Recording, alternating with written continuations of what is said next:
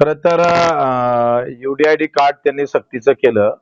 तो एक शासन निर्णय काढला. वास्तविक पूर्ण राज्यामध्ये UDID कार्ड काढण्यासाठी जे यंत्रणा पाहिजे ते सध्या सरकारची नाहीये आणि त्याच्यामुळे दिव्यांगांना ते कार्ड भेटत नाही. जिथपर्यंत भेटणार नाही तेपर्यंत महिना चालू होणार नाही. हे फार चुकीचं आहे. ते रद्द केला पाहिजे. आणि दुसरं आहे का तात्पुरतं प्रमाणपत्र ते सर्रास सगळ्याला दिलं जातं. वास्तविक 40% वर दिव्यांगाचं प्रमाणपत्र भेटलं म्हणजे तो लाभासाठी पात्र होते. आतापर्यंत 50-60 वर्षात ही स्थिती होती.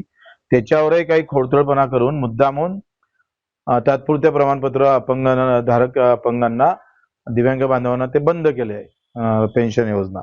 याच्या विरोधात आम्ही आंदोलन 19 तारखेला ठेवलंय. तेपर्यंत शासन निर्णय केला पाहिजे, नाहीतर मग मंत्रालयात आपण आंदोलन करू. या सगळ्या संदर्भात शिंदे साहेबांनी सुद्धा दिव्यांग सचिवाशी बोलणं झालं. फोनवर ते बोलले.